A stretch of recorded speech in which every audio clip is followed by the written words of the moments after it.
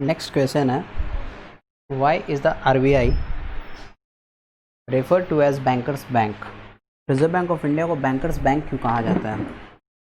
RBI acts as the banker of the schedule commercial bank. RBI जो होता है, RBI जो है उसे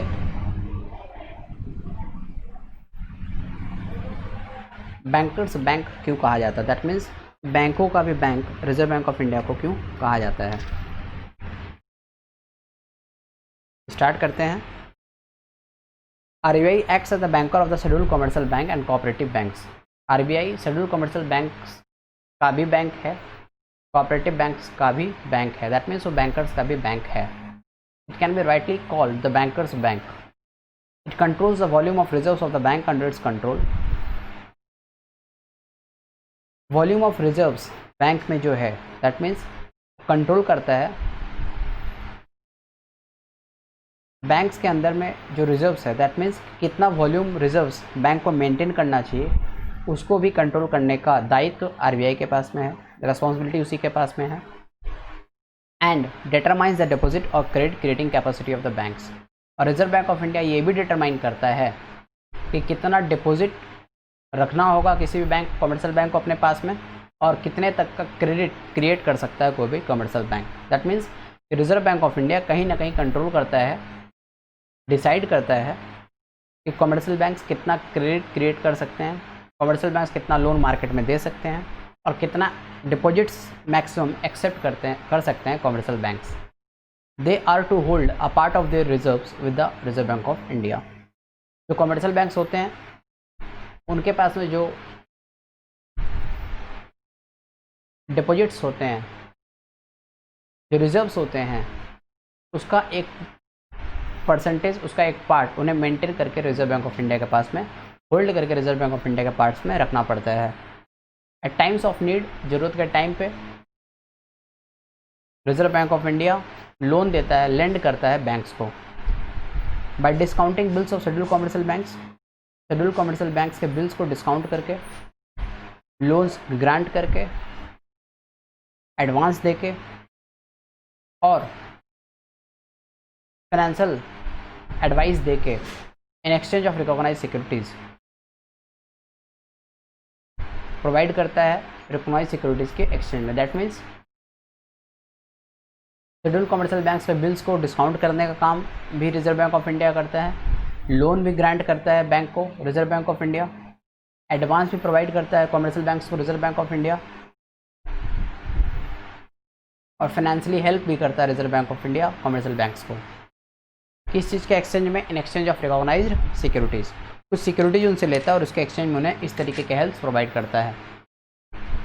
रिजर्व बैंक ऑफ इंडिया के पास में पावर है कि अगर वो किसी भी कमर्शियल बैंक को पाता है कि वो कुछ अनसर्कुलस या इलीगल एक्टिविटीज़ में इन्वॉल्व है, जो बैंकिंग रेगुलेशंस है रिजर्व बैंक ऑफ इंडिया के जो एक्ट हैं उसको फॉलो नहीं करता है, तो उसके पास में एकाधिकार है, उसके पास में ये पावर है रिजर्व बैंक ऑफ इंडिया के पास में कि वो किसी भी शेड्यूल बैंक का नाम अपने सेकेंड शेड्यूल से डिलीट कर सकता है। दैट मीन्स कि कल तक वो शेड्यूल बैंक के नाम में आता था, आज से शेड्यूल बैंक के नाम में नहीं आएगा। रिजर्व बैंक ऑफ इंडिया चाहे तो डिलीट कर सकता है उसका नाम। It has the power to delete bank, it has the power to delete bank from the schedule if the bank fails to fulfil the laid down conditions.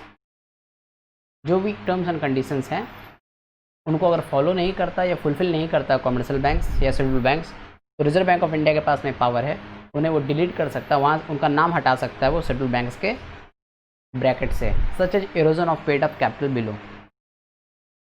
या for example कि अगर पेड अप कैपिटल ही ख़त्म हो जाए, इरोड हो जाए, तो इस सिचुएशन में बैंक का शेड्यूल बैंक के नाम से नाम कट कर सकता है, डिलीट कर सकता है reserve bank of India.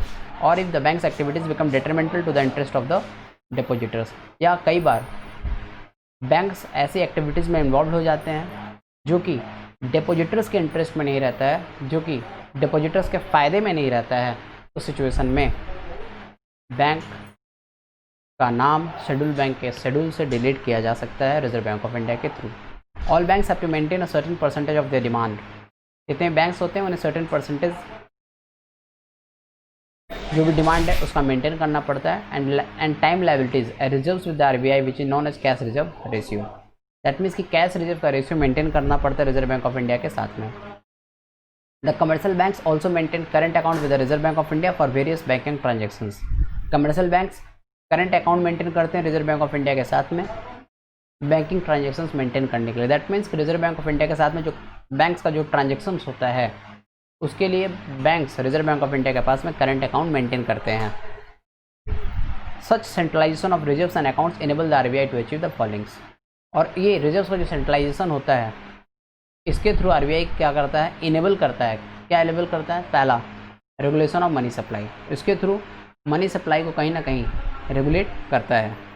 Second, acts as a custodian of cash reserves of commercial banks. Commercial banks के कैश रिजर्व का कस्टोडियन बन जाता है reserve Bank. Third, strengthening the banking system of the country के देश के बैंकिंग सिस्टम को strength करने में, कंट्री के बैंकिंग सिस्टम को अच्छा बनाने में हेल्प करता है reserve bank of India. Reserve bank of India provides directives to the banks regarding the lending policy in the public interest.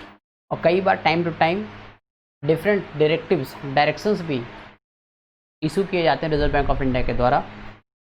वो बताता है बैंक्स को कि आपके लेंडिंग पॉलिसीज़ क्या होना चाहिए, किन टर्म्स एंड कंडीशंस के ऊपर में आप लोन दो, सो दैट वो पब्लिक इंटरेस्ट में भी रहे। Fifth, quick transfer of funds between the member banks.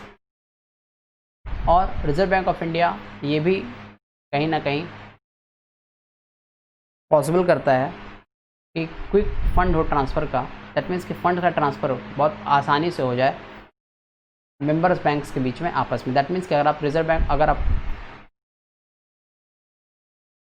बंधन बैंक से कोटक महिंद्रा बैंक में फंड ट्रांसफ़र करना चाहते हो तो इजीली अगर ट्रांसफ़र होता है then in that case reserve bank of India is responsible for that speedy transfer.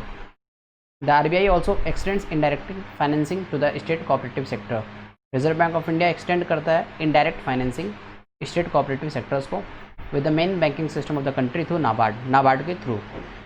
RBI ये भी प्रेस्क्राइब करता है कि मिनिमम स्टेचुटरी रिक्वायरमेंट्स जैसे कि पेड अप कैपिटल है, लिक्विड एसेट्स है, ये सब बैंकिंग रेगुलेशन एक्ट के अंदर में कंट्रोल्ड हो। और आरबीआई एक्ट इंश्योर करता है इन सारे ऑब्जेक्टिव्स को।